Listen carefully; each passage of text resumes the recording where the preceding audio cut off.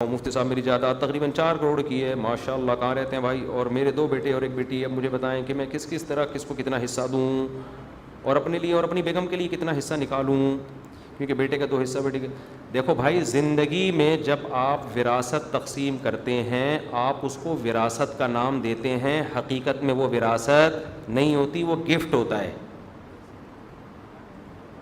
وہ کیا ہوتا ہے؟ وراثت مرنے کے بعد ہوتی ہے، زندگی میں وراثت نہیں۔ ایک مثال دیتا ہوں، آپ مر گئے اور آپ نے وراثت میں 3 روٹیاں چھوڑیں، ایک مثال سمجھانے کے لیے۔ کتنی روٹیاں چھوڑیں؟ روٹی چھوڑو، پراٹھے میں مزہ آتا ہے۔ 3 پراٹھے چھوڑے، 3 تازہ پراٹھے آپ نے منگوائے تھے ہوٹل سے، اور دیکھ کے خوشی میں آپ مر گئے۔ کیا کرارے دیسی گھی کے، خوشی سے آپ کا انتقال ہو گیا۔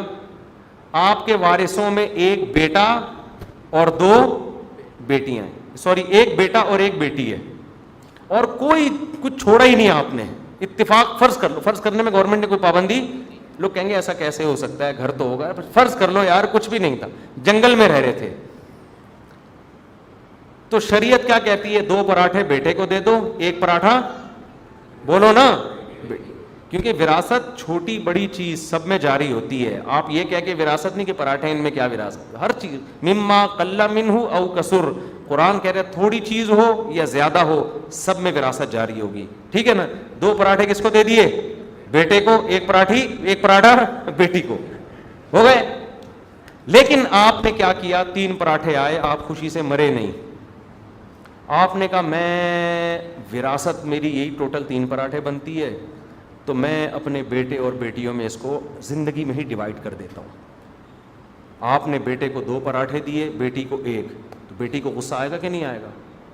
بولو۔ بولے گا ابا جتنا پیٹ میرا ہے اتنا ہی اس کا ہے، جتنی بھوک مجھے لگ رہی ہے اتنی ہی۔ ایسے موقع پہ یہ عمل ظلم کہلائے گا۔ کبھی زندگی میں دیکھا ماں باپ بیٹے کو زیادہ کھلا رہے ہوں اور بیٹی کو کم؟ ظلم ہے کہ نہیں ہے؟ زندگی میں جو آپ دیں گے نام آپ اس کو وراثت کا دیں، لیکن شریعت اس کو وراثت نہیں کہتی، اس کو گفٹ کہتی ہے۔ اور گفٹ کے بارے میں شریعت کا اصول یہ ہے کہ عام حالات میں برابری ضروری ہے اولاد میں۔ حدیث میں آتا ہے اعدلوا بین اولادکم یا فی اولادکم، اپنی اولاد میں کیا کرو؟ بولو، عدل کرو۔ اس میں آپ یہ نہیں کر سکتے کہ بیٹا ہے تو 2 پراٹھے، بیٹی ہے تو 1 پر، نہ۔ وہ کہے کہ میں بیٹی ہوں تو مجھے 1 کیوں دے رہے ہو آپ اس کو 100 دفعہ وراثت کا نام دو۔ ایسے تو ماں باپ جو کچھ کر رہے ہیں اس میں وراثت کا نام دیں گے، ڈبل اس کو دے دیں، آدھا اس کو۔ عید پہ آپ 2 کپڑے بیٹے کے لیے بنواتے ہو اور 1 بیٹی کے لیے، ایسا کرتے ہو؟ بولو نا، کیا ہو گیا بھائی؟ عید پہ اس کے لیے بھی گھر میں 1 اور اس کے لیے بھی گھر میں 1، اگر 2 بن رہے ہیں تو اس کے لیے بھی 2، اس کے لیے بھی 2۔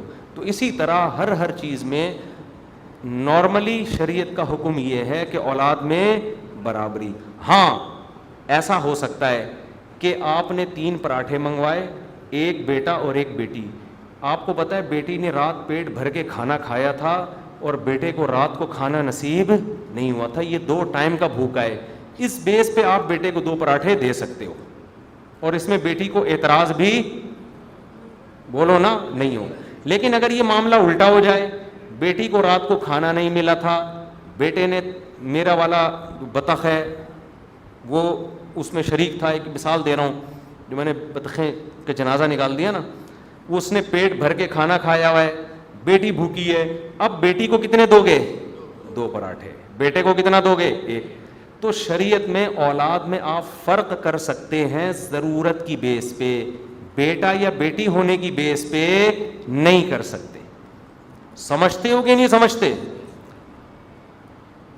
ایک تو اس بیس پہ، دوسرا دینداری کی بیس پہ بھی کر سکتے ہو کہ اگر میں نے اس کو زیادہ پیسے دے دیے یہ شراب کباب میں اڑائے گا، نالائق ہے، یہ بیٹا نیک ہے، اس کو دے دیے تو یہ فرما بردار ہے، نیک آدمی ہے، تو اس میں بھی بیٹی اور بیٹے کی بیس پہ نہیں بلکہ نیک ہونے کی بیس پہ، وہ بیٹی نیک ہے تو بیٹی کو زیادہ دے دو۔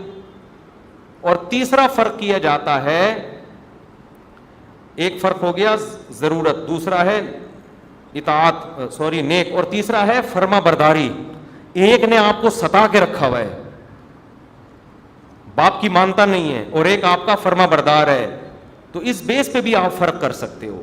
اب بیٹی خدمت زیادہ کر رہی ہے, آپ نے کہا یار اس بیٹی نے میری بہت خدمت کی ہے, یہ لو بھائی بیٹی تمہیں یہ زیادہ, اور یہ نالائق کبھی پوچھتا نہیں ہے اس کو کم دے دو. زندگی میں یہ کر سکتے ہو, وصیت نہیں کر سکتے. خوب سمجھ لو کہ میں مر جاؤں تو اس والے کو زیادہ دے دینا, اس والے کو کم. نہ مر گئے تو اب آپ کے اختیارات ختم.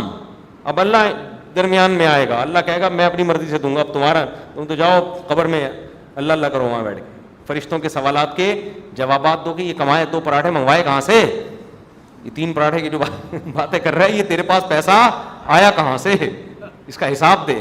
کھا وہ رہے ہوں گے پراٹھے, حساب کون دے رہا ہوگا, آپ دے رہے ہوگے.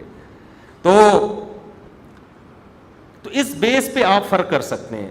وصیت نہیں کر سکتے کہ میرے مرنے کے بعد یہ کر دینا, لوگ اکثر مجھ سے آگے پوچھ رہے ہوتے ہیں کہ مفتی صاحب میرے ابا کی چاہت تھی کہ یہ والا مکان مجھے ملے, اسی چاہت میں دنیا سے چلے گئے, سب کو پتہ ہے لہذا یہ میرا ہے.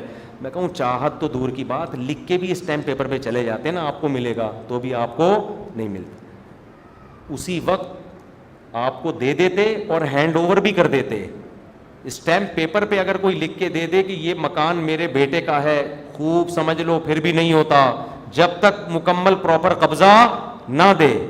لوگ فلیٹ بنا کے میرے بیٹے کا, بھائی فلیٹ کی چابیاں دیں, وہ بیٹا اس میں جا کے رہے, قبضہ لے.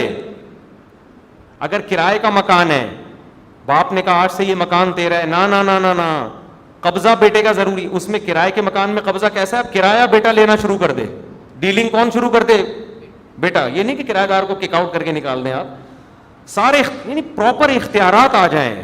ڈاکومنٹیشن کافی, بے شک ڈاکومنٹیشن نہ ہو, آپ اپنے نام مکان رکھیں, لیکن مکمل اختیارات اس کو دے دیں گے تو وہ اس کا قبضہ شمار ہوگا. سمجھتے ہو یہ مسائل بار بار بیان کر رہے ہیں, لیکن لوگوں کی کھوپڑی میں یہ مسائل آ نہیں رہے ہیں, لڑتے ہیں پھر بعد میں وراثت پہ بہت اٹھک پٹک ہوتا ہے.